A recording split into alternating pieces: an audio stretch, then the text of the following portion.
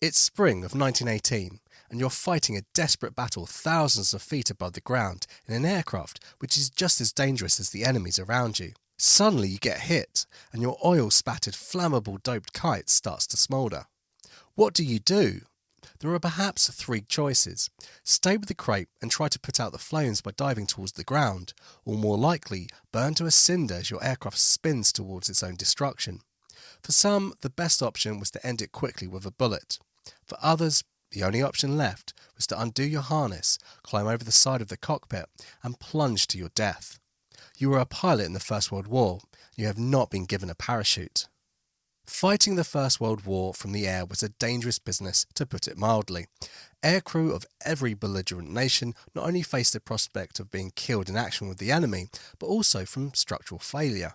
During the course of the Great War, a pilot might measure his life expectancy in days, and sometimes even in hours. However, many more lives might have been saved if aircrew were issued parachutes. The parachute, as a concept, has existed since at least the 15th century, when Leonardo da Vinci sketched out designs for one. André-Jacques Garnerin made his first successful parachute jump above Paris on the 22nd of October 1797. After climbing to an altitude of 3,200 feet in a hydrogen balloon, he jumped from the basket. The design wasn't perfect as it lacked an air vent at the top of the parachute, resulting in him oscillating wildly. However, he landed unhurt half a mile from the balloon's takeoff site. During the 19th century, parachutes became something of a circus curiosity, and it wasn't until 1912 that the first parachute jump from an aeroplane took place in St. Louis, Missouri. Captain Albert Berry, flying as a passenger in a biplane based on a Curtiss pusher called the Benoist Headless, jumped from a height of 1,500 feet using a parachute packed inside a conical container mounted beneath the aeroplane's lower wing. He was no novice, having previously jumped from balloons. When he reached the desired altitude and was over the barracks parade ground, Berry attached the parachute to a harness that he was wearing, then lowered himself on a trapeze-like bar suspended in front of the wings. He pulled a lanyard which released him, and as he fell, the parachute was opened by a static line attached to the aircraft. Captain Berry landed safely, but when asked if he would repeat the jump from an aeroplane, he said, "Never again. I believe I turned 5 somersaults on my way down. My course downward was like a crazy arrow. I was not prepared for the violent sensation that I felt when I broke away from the aeroplane." The first parachute jump made by a pilot was performed by 24-year-old Adolphe Pégu, just over a year later on the 19th of August 1913, using a parachute designed by Frédéric Bonnet. While jumping from a sacrificial Blériot 11 from 300 metres, Pégu forgot to shut off the engine. As he fell safely to the ground, he observed the abandoned aircraft perform a series of loops. This would inspire him to learn to do the same, which he did in another remarkable feat on the 21st of September 1913 in a reinforced Blériot 11. At the outbreak of the First World War, parachutes were issued to crews of airships and balloons by both the Allies and Central Powers. Their size made it relatively easy to mount external parachutes to these lighter-than-air designs. Aircrew of heavier-than-air types did not receive them. Some claimed at the time and now that parachutes were too bulky to be used by pilots of aircraft in the early parts of the conflict. However, R.E. Calthrope, a retired British engineer, had in fact already developed a parachute for aircrew before the war broke out. Just before we get into that, I wanted to tell you about the great deals on genuine flying jackets at Legendary USA. Whether you plan to go up and away in one of those marvellous flying machines, or you just want to show off your love for aviation to the world, Legendary USA has clothing for all budgets and activities. These types of handcrafted, genuine leather jackets will last you a lifetime. Best of all, by using my affiliate link in the pinned comment or description, you can help me produce more videos in the future. Now, back to Calthrope's design. It was called the Guardian Angel. The Royal Flying Corps was well aware of his invention, which was presented to them in 1915, and successful tests had been carried out by Mervyn O'Gorman, superintendent of the Royal Aircraft Factory in Farnborough. Despite these encouraging test results, Sir David Henderson, commander of the RFC, was unwilling to give permission for them to be issued to its pilots. Calthrope was also coerced into not publicising his invention. However, the growing attrition of aircrew in the Royal Flying Corps forced Calthrope to act. In 1917, the inventor advertised his Guardian Angel parachute in several aeronautical journals. Calthorpe also revealed details of the tests that had been carried out by the Royal Flying Corps and pointed out that even British pilots who were willing to fund their own parachutes from their own pockets were prohibited from using them on active service. Their hand forced, the Air Board responded to Calthorpe's campaign by setting up a committee to review the practicality of RFC aircrew using parachutes. Although some members of the committee favoured their use, the Air Board decided against the measure. Officially, the reason given was that the Guardian Angel was not 100% safe. It was too bulky to be stored by the pilot, and its weight would affect the performance of the aeroplane. Unofficially, the reason was given in a report that was not published at the time. It is the opinion of the board that the presence of such an apparatus might impair the fighting spirit of pilots and cause them to abandon machines which might otherwise be capable of returning to base for a repair. However, the Royal Flying Corps did decide to use them to drop Allied spies behind enemy lines. An American ace, Doug Campbell, said, "We knew parachutes were being worked on, and we didn't know why we didn't have them. We would have been glad to have them." Could these parachutes really have saved lives? Let's take the British as an example. William H. Wilmer, an American medical officer, wrote that of every 100 British military pilot deaths during the first year of World War I, 90 resulted from individual deficiencies, 60 of these from physical defects, 8 from aircraft defects, and 2 from enemy action. It's unclear exactly where this data comes from, but Wilmer suggests that many more pilots died from their own impairments than from enemy bullets or Archie. Recent analysis from academic British sources demonstrates that of 153 British military flyers who died while flying between August 1914 and December 1950, 89 were killed in action or died of their wounds soon after being shot down, and 64 perished from injuries suffered in training or operational mishaps. This seems to suggest that many aircrew were not killed outright from enemy action, and therefore may have had a chance to bail out of a damaged aircraft. By November 1918, the RAF had nearly 291,000 officers and airmen serving in 200 operational squadrons and nearly the same number of training squadrons, with a total of 22,647 aircraft on strength. The Commonwealth War Graves Commission lists 10,681 casualties among those serving in the Air Force, of whom many were aircrew. It's estimated that at least 1,600 men died in training alone. It stands to reason that a large proportion of those could have been given a chance of survival if parachutes had been issued to them. A similar scenario could be said to exist for all aircrew in other countries. Despite parachutes existing and successful tests of them being used from aircraft as early as 1913, why did most countries in the First World War not issue them to their aircrew? Turning again to the British example, the classic answer is very similar to the reason millions of men died going over the top: cold-hearted and cruel ignorance of the facts. As previously mentioned, a British unofficial statement said, "It is the opinion of the board that the presence of such an apparatus might impair the fighting spirit of pilots and cause them to abandon machines which might otherwise be capable of returning to base for repair." Did the British High Command really think that their pilots were cowards who would bail out of their aircraft at the first sign of trouble? Perhaps not. The simple fact was that up until the latter part of the Great War, aircraft had very limited space and performance to carry both a pilot and parachute aloft. Unlike the compact parachute designs of later decades, even the Guardian Angel was bulky and needed to be attached to the aircraft to work. Not only that, aircraft of the day were extremely resilient to damage. Unless the pilot or some critical part of the plane was hit, these fabric-covered aircraft could take a lot of abuse. Once recovered, bullet holes in fabric could be quickly patched up, ready for another sortie later that day. In addition, aircraft were expensive to make, and for most nations a huge drain on resources. A typical two-seater built near the end of the Great War boasted more than 50,000 parts, and needed roughly 4,000 man-hours to assemble it. This meant the cost to build these war machines was quite staggering, especially to manufacture the type of engines needed to power them. The British Rolls-Royce Eagle and American Liberty, both thoroughbred power plants by 1918 standards, cost $7,000 to $8,000 at a time when Ford was selling his Model T automobile for a mere $400.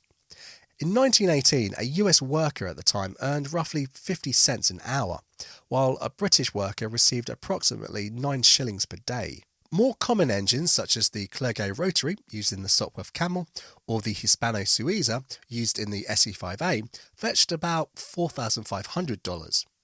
Airframes without the instruments or armament typically cost about the same as the engine. As a consequence, in 1918, the standard Sopwith Camel airframe and engine went for around $250,000 in today's money. Two Vickers machine guns and instrumentation could easily add another $100,000 to the price package, making the typical World War I fighting aircraft a very costly machine indeed. In 1918, Germany issued its airmen a compact parachute pack designed by Unteroffizier Otto Heinecke, who was a ground crewman in Feldluftschiffe Abteilung 23. It was along the same lines as Calthrop's Guardian Angel in terms of design and concept of deployment. Some airmen grumbled about the 30-odd pounds Heinecke's parachute added to their weight and initially doubted its reliability. A full third of the first 70 airmen to bail out died, in some instances because the static line tangled, the chute caught on the fuselage, or the harness broke free. Reinforced harnesses with wider leg straps addressed the latter problem. Unlike with previous designs, in the Heinecke system the pilot sat on the canopy pack, which was connected to his harness, and the whole thing was attached to the aircraft by a static line, which deployed the pack when the pilot jumped. In the small cockpits of the day, it must have been a tight fit, but there aren't any accounts saying it hampered the pilot's movements in any way. Gustav Praklik, a pilot of Jasta 5 who survived a parachute jump, wrote of his experience in his book Stahlhelm und Fliegerhaube. A parachute. That was a problem back then in the air service. For a long time, attempts had been made up, until now, without entirely satisfactory results. The following conditions had to be fulfilled. It had to use up the least possible amount of room, detach itself reliably from the machine during the jump, and open up with equal reliability. That sounds simple enough, but yet was extremely difficult. At the beginning of 1918, the Heinecke system was introduced, which met conditions to some extent. I'm sitting on the main tank, and I'm using the folded up parachute as a seat cushion.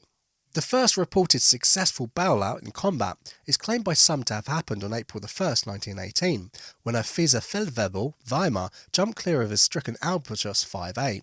Although Weimar was indeed shot down on the 1st of April by a Lieutenant W.J.A. Duncan of 60 Squadron, he landed his Albatros 5A without incident in Allied territory near Gentels. In fact, his Albatros was completely intact and was given the British captured aircraft number G159. Duncan even landed near his victim.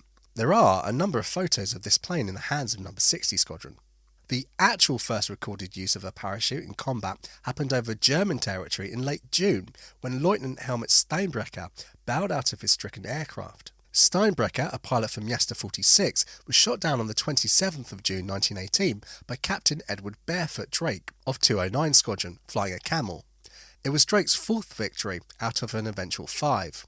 There is actually some debate over Steinbrecher's rank and whether he was piloting a Faust D3 or an Albatros D5. What is clear is he was attacked by Drake, who set his aircraft ablaze, forcing him to use the parachute to survive a fiery fate. His ordeal was later reported in an official source.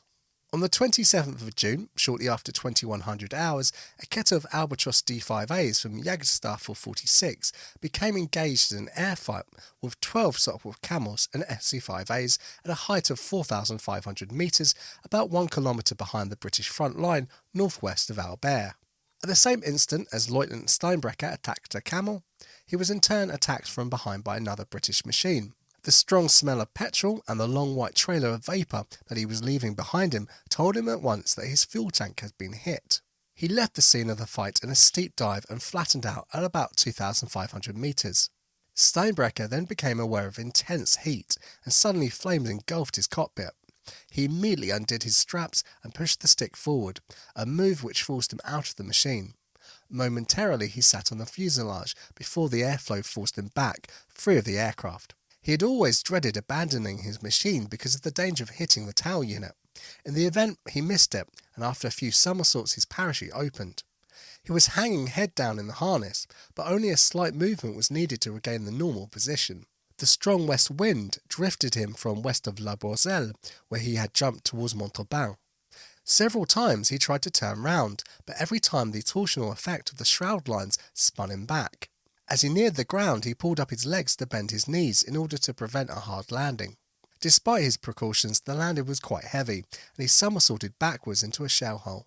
Steinbrecher had come down 1 kilometre south of Montauban and about 700 metres from the remains of his burning aeroplane. This was the first successful parachute descent from a German single-seater, and many more were to come in the remaining months of the war.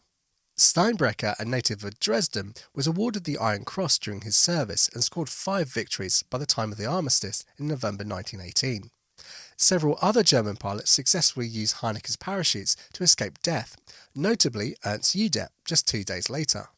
Not all German airmen were so lucky, however.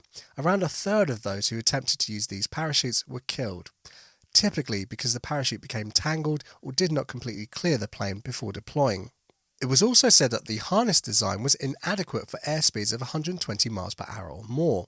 There were several incidents where the harness failed when the parachute opened, leaving the airmen to watch as the ground rose up to meet them. The problem was, the technology was not there at the time.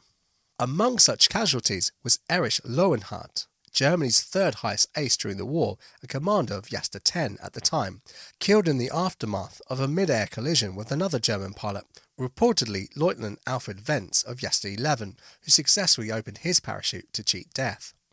While parachutes improved pilots' odds of survival if forced to bail out, the British did not issue them to Royal Air Force squadrons until September 1918.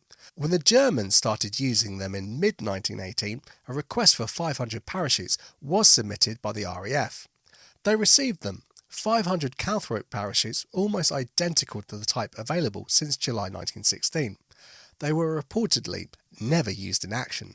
France and the United States did not officially allow their pilots to use parachutes during the war either. Many of the pilots themselves were horrified by the lack of basic safety gear in the aircraft they fought in. After the fateful collision of 2 American pilots he knew, Eddie Rickenbacker despaired, falling into a very bad state of mind, saying that this relatively cheap technology would, without question, have saved the 2 men's lives. Cannot help but feel, Eddie confided to his journal, that it was criminal negligence on the part of those higher up for not having exercised sufficient forethought and seeing that we were equipped with parachutes for just such emergencies. Major Edward McManus became increasingly angry about the decision to deny British pilots the right to use parachutes. As Mannock explained, unable to carry a parachute, he had a revolver to finish myself as soon as I see the first signs of flames. Mannock, an Irishman who had survived internment by the Ottoman Turks earlier in the war, had achieved 61 official victories and crashed in flames while attacking a German 2-seater low over enemy lines. It's unknown whether or not he used his revolver. Captain Arthur Gold Lee, a British ace, wrote in his book No Parachute, June 13th, today's query from home, why do I carry a Colt in the cockpit? For the reason we all do. Not to stage a one-man battle against a platoon of Boche soldiery if forced down on the other side. I'd be butchered instantly. No, it's the fear of being set alight. It's something nobody talks about, but it's at the back of everybody's mind, and each of us knows he couldn't take it. To be burned alive, however soon it's over, is the one thing we can't face. Better to use the gun and end it in a split second. On the last page of Arthur Gold Lee's book, it says, I'm terribly depressed this evening. Ferry has been killed. He led his patrol out this afternoon, had a scrap, came back leading the others. Then, as they were flying along quite normally in formation, his right wing suddenly folded back. Then the other, and the wreck plunged vertically down. A bullet must have gone through a main spar during the fight. The others went after him and steered close to him in vertical dives. They could see him struggling to get clear of his harness and then half standing up. They said it was terrible to watch him trying to decide whether to jump. He didn't, and the machine and he were smashed to nothingness. I can't believe it. Little Ferry, with his cheerful grin, one of the finest chaps in the squadron. God, imagine his last moments, seeing the ground rushing up at him, knowing he was a dead man, unable to move, unable to do anything but wait for it. A parachute could have saved him. There's no doubt about that. What is wrong with those callous dolts at home that they won't give them to us? If you've enjoyed the video, please give it a like to help it spread to more people. And let me know in the comments, what do you think would have been the impact of giving pilots parachutes in the First World War? And why not check out the video on screen that I made for you? It's a good one.